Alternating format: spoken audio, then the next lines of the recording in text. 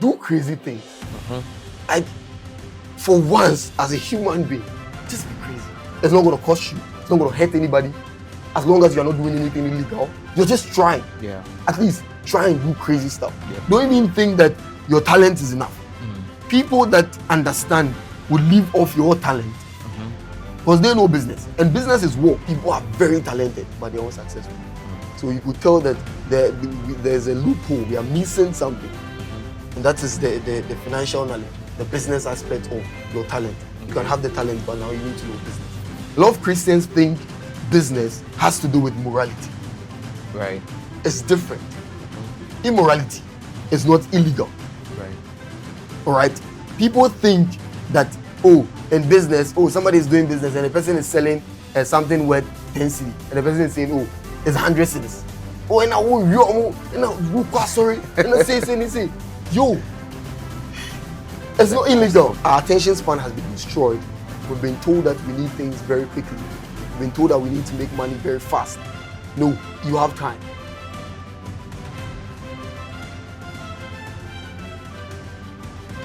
Hello everyone, welcome to another episode on Beyond the Surface podcast. My name is Enoch and I am your host. I hope you've watched our last episode. If you've not, please check the link below and do watch our previous episode. And please make sure you are leaving your comment, make sure you are leaving your suggestions. These comments and suggestions makes us do better. Now, today under the CEO series, we will be looking into the act industry. We have a young artist that has done so well in this industry. We'll be looking at his journey over the period, what he's been able to do over the past 5 to 10 years in this industry. We'll look at the act industry as it relates to Africa and the young people out there. You know, here on Beyond the Surface, the reason for this CEO series is to encourage every young entrepreneur out there that it is possible. Once you dream it, you can do it. And so please make sure you stay to the end of the episode. Watch everything. I would like for you to subscribe. If you've not subscribed, leave your comment and let us know your suggestion. Welcome once more.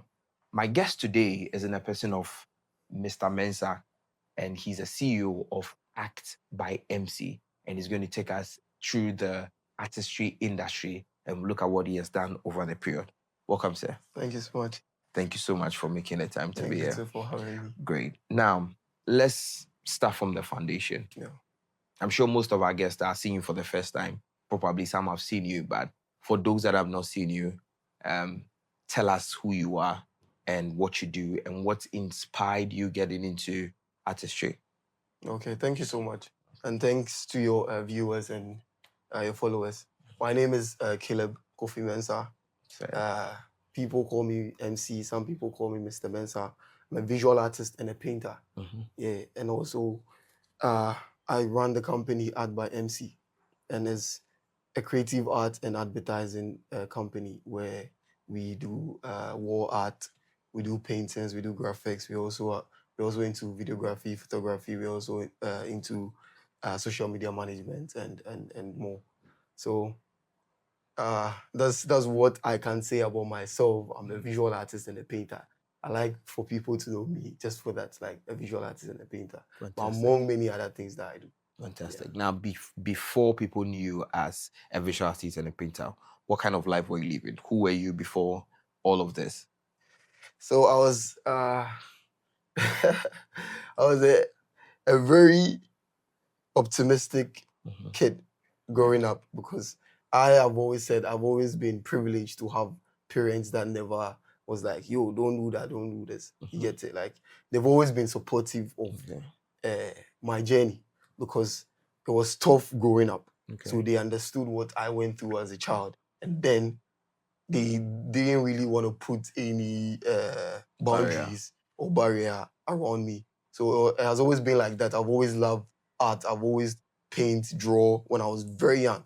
And I was born in Nigeria. A lot of people, my friends know that, but a lot of people don't know that. So I was born in Nigeria, but both parents are Ghanaians. So they gave birth to me there. We came back to Ghana.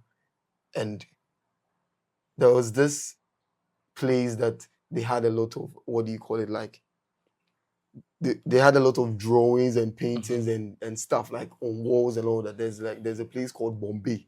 Okay. Right, I'm going to tell you that story. There's a place called Bombay. They have a lot of drawings. They draw Arnold Schwarzenegger. They draw all this. Those places people used to go and watch movies. Right. Yeah. So I used to go there as a kid, and then I just take my pencil and my book, and I just be sitting there drawing. So that was what I've been doing all this while, and I also worked some factory hand and all of that. So I've always been an optimistic kid, wanting to do something, just anything I want to do, and I kept going at it. So I've always loved art and painting. Yeah, that was me. Like that was me. Right. Like always drawing. Right. Yeah. Right. Now let's look at your educational. How's your educational system like? Was there something that influenced what you're into now? No, I don't think education is good, but I don't think it had a bigger influence on what I am doing, because I've always said that I'm ruled by something above, something supernatural. So Right. I do things that my instincts tell me to do. I just do things. I'm a very free human being. I vouch for freedom all the time. So yes, education is good. My parents put me through school. I went to school, went to senior high school level, and then I went to the university, but then I deferred first sem because I was like, this is not my thing, because I was always at that time, I was making money off of art already. Like I was everybody knew I was drawing, making, so I felt like, nah, this is not mine. So I just left. But not to disrespect the education system, or not to say school is not important or education is not important. I only left school, but I never left education, because I've always been learning. Like even in my home, like you'd see, I have a lot of books, always reading, learning, studying. Then yeah. Right.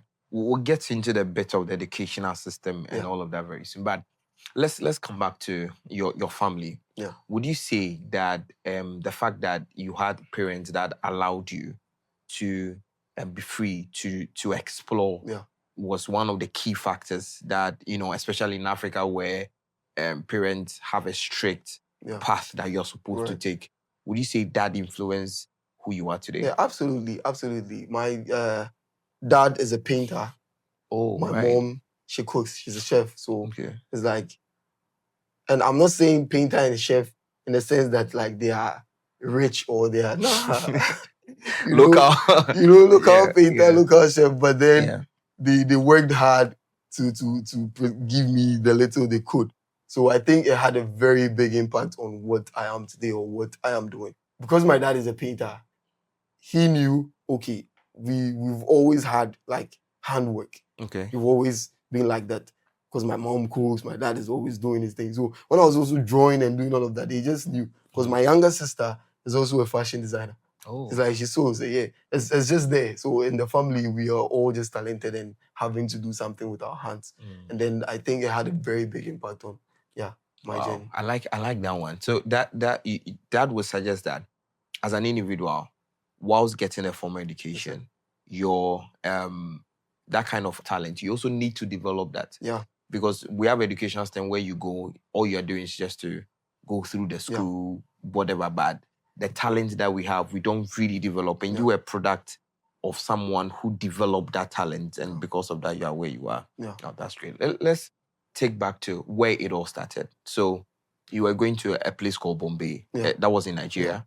No, that was in Ghana. That was in Ghana. Yeah. Okay, I've not heard of that. Oh, Bombay is a Tishi around La Scala. Yeah, oh, okay. All right. Now let's go back to that point. Yeah. So you went there, and what was that thing that inspired you that every time you go there and be drawing? Let's take us through that journey. So there was an artist there who had a small shop there, and he draws on the walls and make poster arts and all of that, you see. So anytime I pass that side, because we're living around the area, living in our King K house. So anytime I pass around that side, I just see the drawings there. It's so nice. Like, it just, something draws me to the wall. It's just so nice. And I want to remake whatever I'm seeing. So I just go back home, get my pencil, sit down and just be doing it. And that was it. I didn't even talk to the artist. I didn't even tell the artist I want to do this. But you'd see me seated in front of his shop, and then I just be looking at what he has done or displayed outside, and I just be doing. And this was our age? This was around, I was very young. Like I I think I was in primary 6. Wow. Yeah, when I That's was a long doing time that. ago. Yeah, that was a very long time ago. Yeah, Wow. And Yeah. you go there and and I was doing it, and then we moved.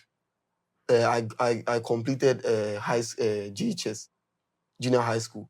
Then I went to the secondary school. So I went to Nungwa Secondary School. okay. So when I went to Nungwa Secondary School, I think first year, second sem, I also discovered. I have a thing for discovery, right? I also discovered another artist who happened to have a shop at First Junction. Okay. So First Junction, there's a big gutter there. He had a shop there. He's also a painter.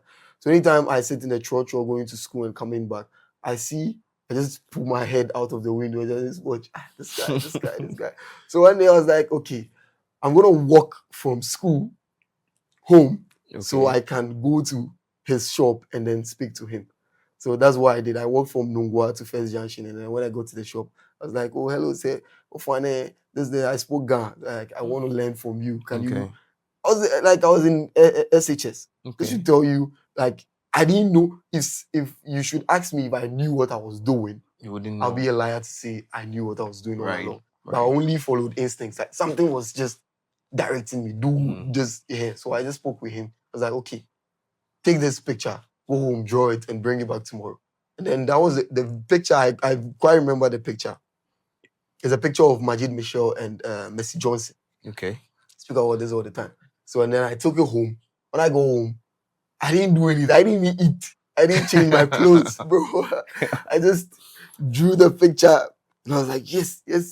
So early in the morning, I didn't go to school. Instead of me going to school and then coming back, I went there first to show him the work before I went to school. So I showed him the work. He's like, okay, that's good. I should keep coming. And then that was it. So anytime I close from school, now I don't go home direct. I just go there. And I didn't even tell my parents. They didn't even know that this was the routine. But I came home late and she was like, why are you coming home now? My mom. I was like, oh, there's this artist. I go to his place. He's drawing. He's my master now. So, and for them too, they were cool. Like they didn't even take it like, they're just okay. Right. As long as, and my dad is somebody that follows up. Mm-hmm. Yeah, it's very, very important because whenever I say I'm doing something or any of my siblings is doing something, he wants to go and see for himself. Mm-hmm. So he went there, made his own due diligence. Like he did his due diligence to know that, okay, this is where my son is coming. This is what they're doing. Okay, that's fine. So we didn't even do any tradition to like, let's say in Ghana, they say about phone, that. They didn't do anything like that for me. It was just after school, go there, after school, go there, after school, go there. Consistent till I completed SHS. Wow. Yeah. Wow. And there's something amazing about this interview that, our viewers out there need to know the fact that the parental support you got throughout all of this process is one of the major, your story cannot be complete without saying that. Yeah. Because, we have a lot, I'm looking at a typical Ghanaian home. Right. Where you are in SHS and every day you have to, after that, go to a place to, mind that is not going to, I'm sure most viewers watching out there, parents are not going to. But okay, so secondary school, throughout secondary school, you're doing it. Now, at what point do you realize that, okay, first it was passion. Yeah. Now, this can be business. This is something probably a calling. At what point? Take us through that.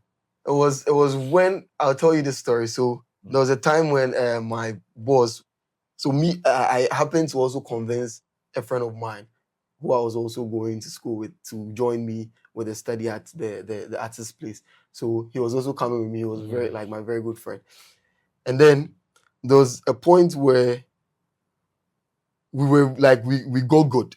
Okay. All right. We did all the sketches for our boss. Like, shout outs to Laba. I want to mention his name. We did all the sketches for Laba. We did everything. So Laba liked us. Like, we were his very good student. So anytime, do this, Caleb do this, Caleb do that, Ate do this, that. So there was one time he had this job. And then I think he couldn't complete in time for the client. So like the client was on him, like, yo, you have to do that. And my boss is a very busy guy. Like he's a very busy guy. He's always making money. He's a very busy guy. And then he came to my house. That was at Kinky house. And then he was like, yo, where's Caleb? And then he called me and said, where's Ate? I went to call my friend and we came and I was like, yo, take this paper. Do this drawing. This is the guy. The client wants the drawing right now. And the guy was there. Like the guy was there.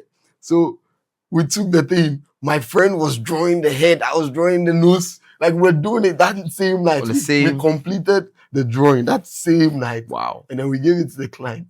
And then when we gave it to the client, we went to his house, my boss's house, to tell him, oh, we are done. We gave it to the client. He's happy. He's gone. And he was like, oh, okay, nobody. Yeah. And we were standing there, yo. Like, and then he gave us 5 CDs Wow. to go and share. And this was what in what year?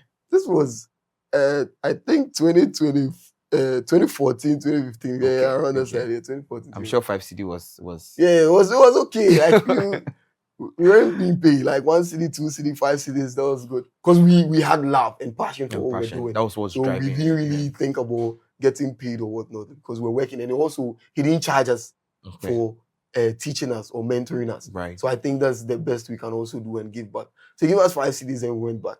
And then another time, that client, right, came. When the client came back, Mhm. he came to my house because my boss brought him to my house. So Mhm. now he knows my house and he knows that, okay, that's where these guys do the work. So he came there and was like, oh, I want you to do a work for me. But I quite remember I was at church. Mhm. Then he came to our church. The church is also close by. Somebody's looking for you. I came. I was like, oh, what's up? I was like, oh, I want you to do some drawing for me right now this afternoon. I have to bring you to. I was like, oh, go to my boss here because my boss is client. He said, oh, no, your boss is playing TikTok. I was like, you, like, I can't just go. I was like, I beg you. The guy was like, he needs the thing. You could tell Wow. that he needs it so bad. I was like, okay, I'll just help. But please, you're my boss's client. So I just did the work for him. And then we happened to ask him Mhm. how much our boss Our charged boss- you. How much our boss charged you with the first work? He was like 90 cedis. Wow. At the time, 290 cedis was It big be money. money. So I was like, didn't pay you 90 Ghana. When they give her 5 CD. When they give you 5 CD for the 90 cedis, I was like, where? So that was when we knew that, oh, this can actually pay off. That was when we knew that, oh, then art can actually be like serious thing. So that was when I was like, okay, then me too. Now I will start to take money if I dey do job. So I got my official first client when I was still in school, and then one of my friends was like, "Oh, I want you to draw me and my girlfriend or something." He's older than me, but he's my friend. So he and his girlfriend. I was like, okay. He said, how much would I take? I was like, oh. I was afraid to. I didn't know what to say. I was like, they give me 30 CD. So he gave me 30 CDs, and that was it. And that was how come like, yeah, it's been good. Fantastic. And there is something I want to ask. You keep talking about how mentorship helped. Yeah. The fact that the person gave you opportunity to mentor. Yeah. What would you say to people who have this ideology of self-made, that whatever I have, all I need is my talent? I mean, Yeah. in this era where there are YouTube, I can watch everything. All I need is my. Yeah. What would you say to someone like that? Self-made in of itself, I think to some extent is true, but not entirely. Okay. You need mentors. So sometimes I say self-made is a fallacy. Sometimes I say it's true, right? Because many things I know when it comes to videography, photography, social media management, and all of that, I learned that myself. I taught myself that. Right. So those things I can testify to the fact that yeah, I did it myself. Mhm. I didn't have to go and learn under anybody. But at the same time, you can't do without mentorship. Mm. Like, don't lean on saying, or don't say, oh, because self-made. I get why people are leaning so much on the self-made, because right now we have internet, we have social media, we have everything and every tools and things you need. But guess what? Mhm. Even wherever you're getting the information from and you are learning from, that's your mentor. Right. So it's still Right. mentorship. Right. Because you could think that, oh, you're self-made because you're learning on YouTube. Mhm. But somebody actually made the course on YouTube where you are learning. So that person who made that video for you to learn from is your mentor. Right. So there is no self-made. That's excellent. So now everything you are doing is under mentorship. Right. So if you want to become something, you find somebody who is doing exactly what you want to do and who has been able to do something great at that. Mhm. And then you try and learn from them. Fantastic. Yeah. So I think self-made is still mentorship when you look deep into it. Yeah. Great. That's very profound. Now, let's get back to, so your first major client was 30 cities. Yeah, 30 cities. Then after getting that client, let's see how Acts by MC started? Yeah, so I was doing that. I was calling myself MC Pencil. MC Pencil was given to me by my parents again. Okay. My dad, growing up, everything in the household, if you buy something, he will write, he just write FM, and my mom's MC. My mom is Mensa Comfort. My dad is Francis Mensa. So FM, MC, FM. So they just keep writing all those things like those initials here. So my dad was like, I should use MC Pencil because I'm Mensa Caleb. So I should use Right. MC Pencil for my work. I was like, okay, yeah, that's cool. So I started using MC Pencil. So everybody knew me as MC Pencil. Right. That was what I was doing. And then I go my first official or my second mentor who also helped me when it comes to finance. Because you can have the talent, but talent without the knowledge of finance, you still can't make it. Yeah. Because people, the one thing you should know is that there are a lot of unsuccessful people with talent. Wow. So many unsuccessful people with talent. People are very talented, but they're unsuccessful. So you could tell that there's a loophole. We are missing something. And that is the financial knowledge, the business aspect of your talent. You can have the talent, but now you need to know business. You need to attach business with talent. So when I go my financial mentor, Mr. Gerald Corte, he helped me so much. Like he's a chartered accountant. He had his own office and all the company. I go there, he runs, he does these trainings and all that. He makes me come for the training that people are paying 7,000, 8,000, 10,000 to come and sit there free, because I happened to meet him at church. Right. That was where I knew. So I also believe that you also have to be in a community. Right. Find spaces where you can, because you meet people there. Those are the only places you can meet them. So I met him there. He was like, oh, you need to start a company. You need to do something. You need to. So he was the one telling me, you have to do this, you have to do that. Okay. No, I have to go and do it. So I went home to think about it. What do I want to do? Because he said, anything you need, I'm going to help you. Just build whatever, the structure that you need for the company. So all you need to do is find a name, the company name, whatever. I was like, okay. So I went home, decided, okay, what name would be nice for the company? And I even designed my own logo myself. So I drew it on paper, and then my friend made the graphics. Yeah. So I was thinking, and I realized, okay, I do art. Everybody knows me as MC, right? So let me just make it Art by MC. Right? Amazing. So the company's name is Art by MC, right? So that was how come it came about. So Art by Mensa Caleb is the same thing. Yeah. Right. There's something I want to touch on. There's a business aspect of the talent, and there is the talent. Yeah. I want us to dive a little deep into that, Yeah, because what you said was very profound. There are so much people with talent, but very unsuccessful. Yeah. I want us to touch into that. So you are saying that it's not enough to have the talent. Yeah. You need to get some kind of education on the business aspect of the talent. I wanted to touch a little more on that. Yeah, absolutely. I've always said, there's one artist, Basquiat.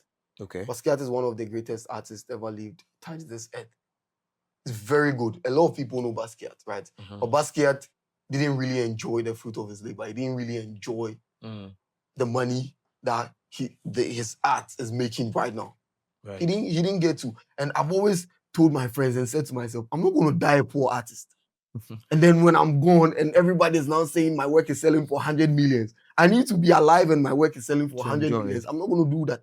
Right. I won't allow myself, okay, let me paint, and then a third party, which is museums and other firms, will be selling my work for millions of dollars whilst me, I'm gone. No. You get it? So even now, that's why Basquiat's estate has been able to purchase, get back a lot of his work. Yeah. And now money is going back into his estate and his family. Right? Because you need to understand the business side of the art. The talent is never enough. Talent is never enough. Now you need to educate yourself, because I always tell people that you need 5 things in life. Right, sure. Right? You need a doctor. That's health. Right? You need a chef. That's nutrition. Food. You need a trainer.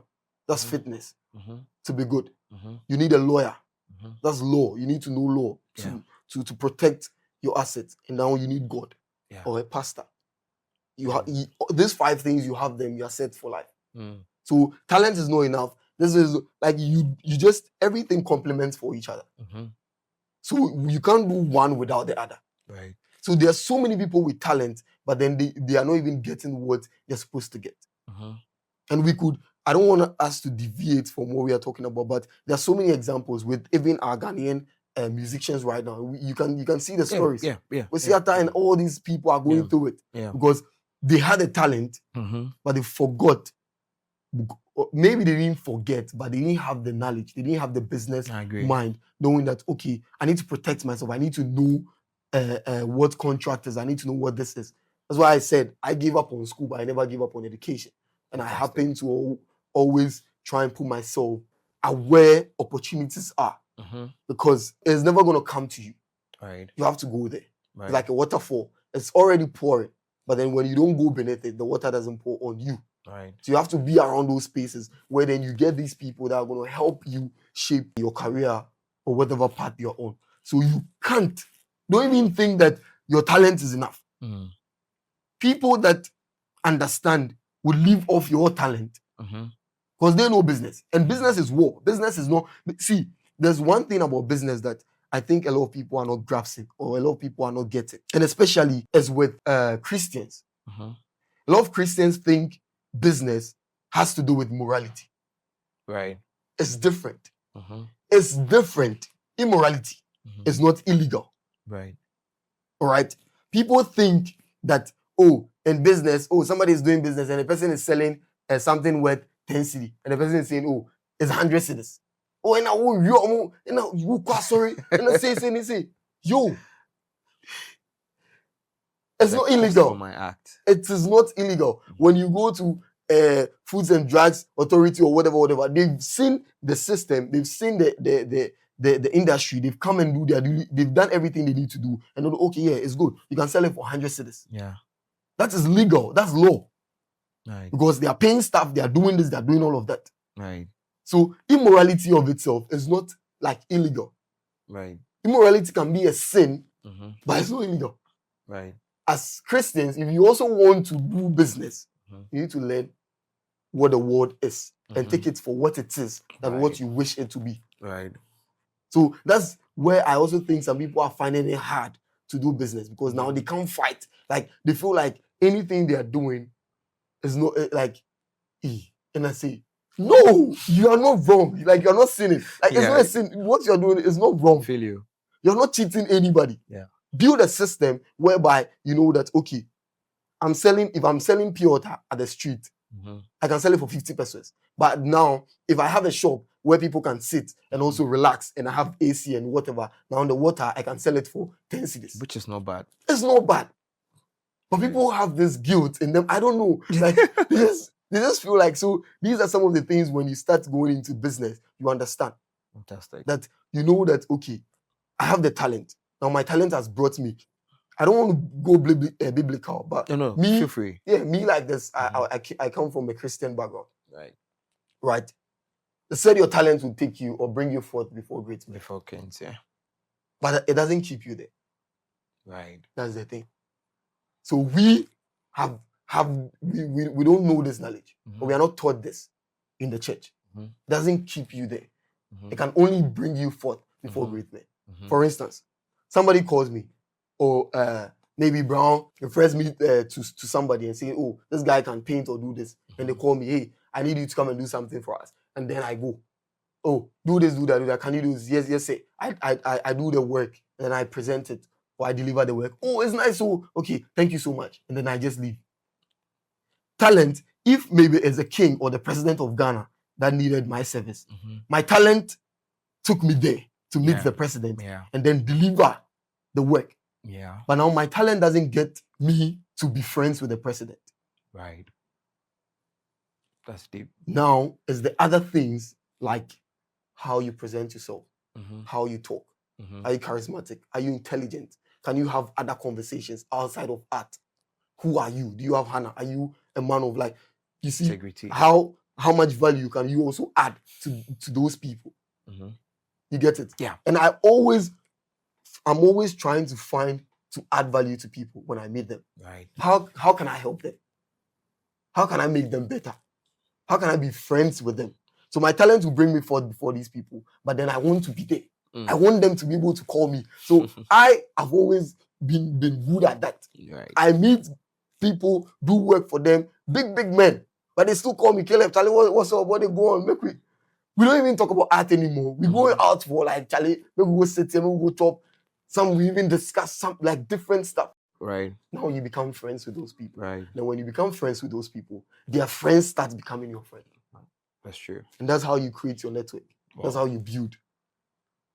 So stop thinking that, because all these beautiful buildings and everything we see in this life, or all these big infrastructures that we see, were built by the common man for the rich people. But the common man and the rich people are not friends. That's true.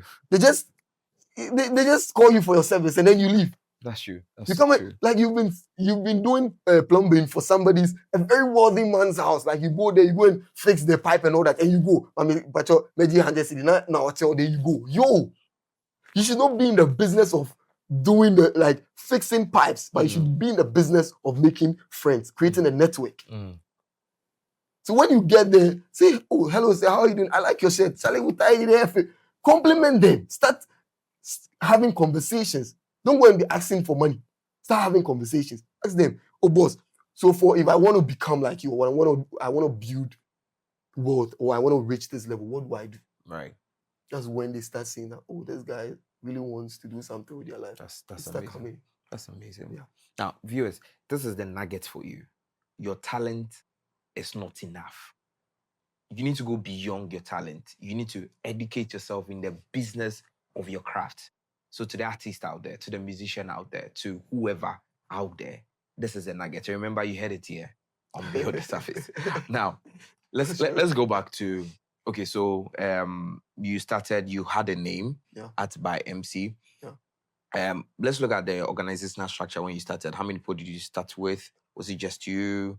Did you have to work? Did you have to get an office to work in? Do you working from home? Take us through that. So, we really didn't need any office because I work from my home studio and all of that. And I have people that I contract to work with. So I have a lot of people that, this work come, this, da. So I've created a platform where I have these people in the platform. Right. And they're very talented guys. So I send the proposals out, I reach out to get the jobs. And when the jobs comes in, I just display them. I just share them. Yo, go and do this, go and do that, go here. Then I just pay them. So that's how I run it. I run it like remotely. I don't want to have a physical, but for sure, this year, I'm thinking maybe this year we'll have a physical location, a very big place where you can come there. But I still don't think you really need to come in because we get a job done. Yeah. That's the most important thing. We deliver on the job. Yeah. But for sure, we're going to have a structure where people can come, an office where people can come and just come and make this one. But walk-ins, I think these days, they're not really a big thing now. Just make sure you deliver. Fantastic. Now, let's look at, I was going through your profile. I saw you did an act exhibition. Yeah. That was in December. Yeah. Take us through what the exhibition was about. So far I've done 3 solo art exhibitions. Okay. Yeah, so I did my first one, I think, 2 years ago, and then the second one 1 year ago, and the third one was just this December. So the first one was the Freedom Art exhibition at Republic Bar. Someone would say, why would you exhibit at a bar? Right. And that's a very good question, because I've always felt like, why not? Why not? Why not? Why not?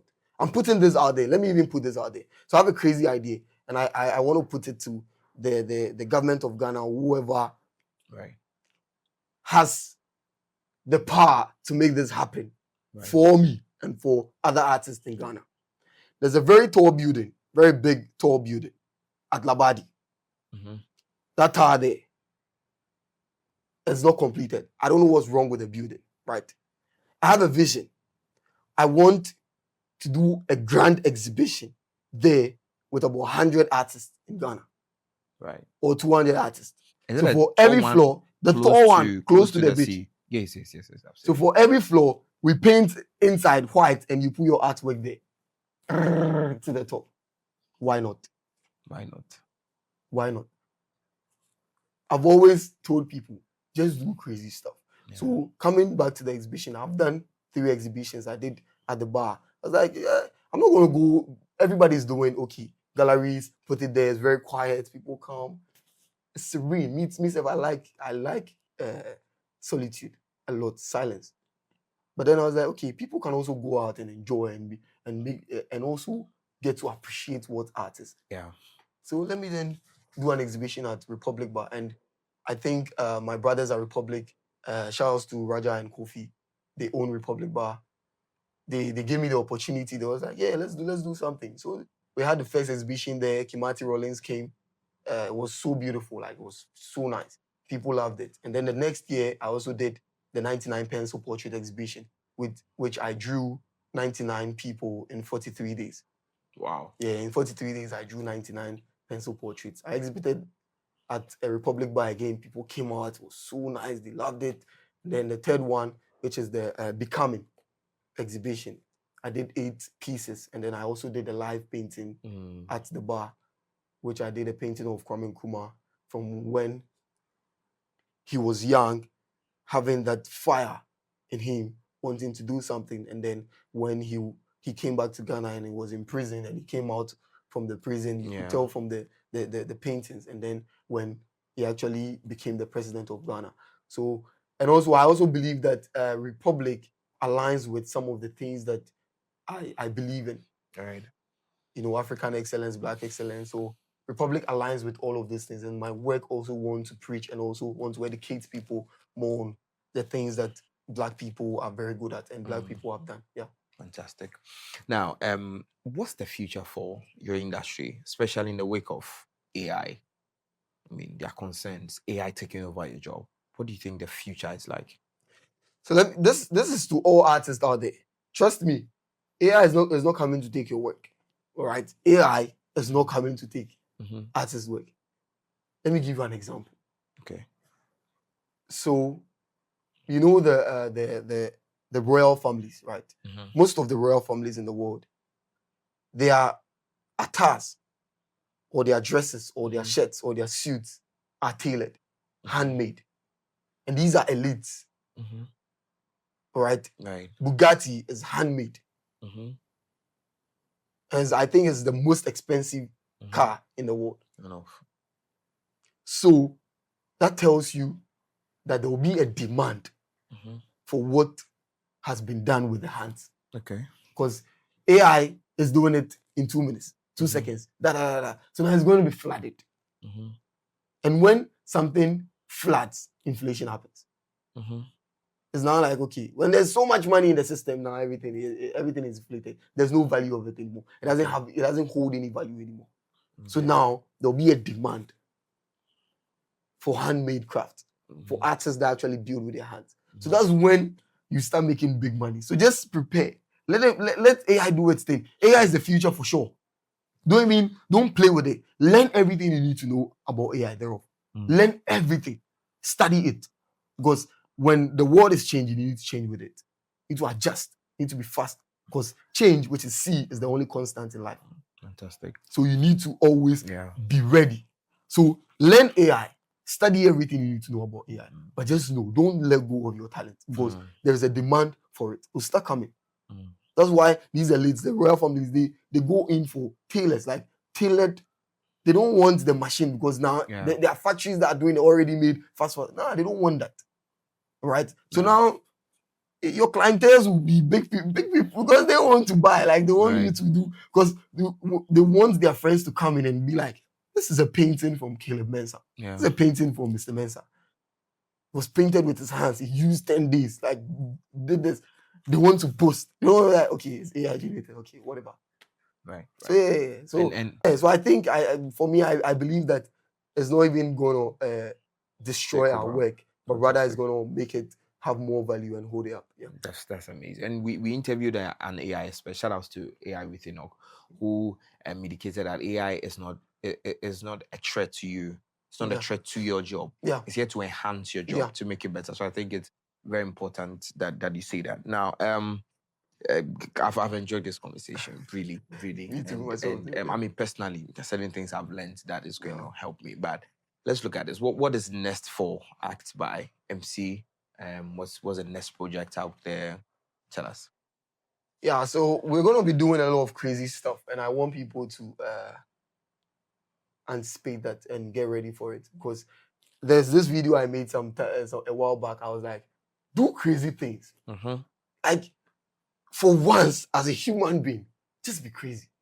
Just do something crazy. So there's one example I gave people. I was like, okay, maybe you have a degree or an HND or whatever. Have you tried to write an application to the Bank of Ghana saying you want to be the manager or the CEO, or you want to run the whole place? That's a crazy dream. No, you see, the delusion when you are going after your dream. I'm not saying you should just be delusional. Also, you have to be a realistic optimist. Yeah. But at the same time, you need to go at it. You need to try. Write to them. They put out vacancy. We need to write to them. Tell them. And then when you don't know what happened. Sometimes you have a God who you are serving, and the God will be like, okay, call this guy. And then they call you in. What you have to do is you have to be preparing. Yeah. But do crazy things. Just do crazy things, because it's not going to cost you. It's not going to hurt anybody. As long as you're not doing anything illegal. You're just trying. Yeah. At least try and do crazy stuff. Yeah. For instance, you are calling. You sent us about 100 applications saying you want to be the manager. The manager of Bank of Ghana. Why? You? And then you know what you tell them? You tell them that, hey, sir, I know maybe I don't have the master's degree, but I know I don't have the educational requirement that you deserve of me or you need of me to do this work.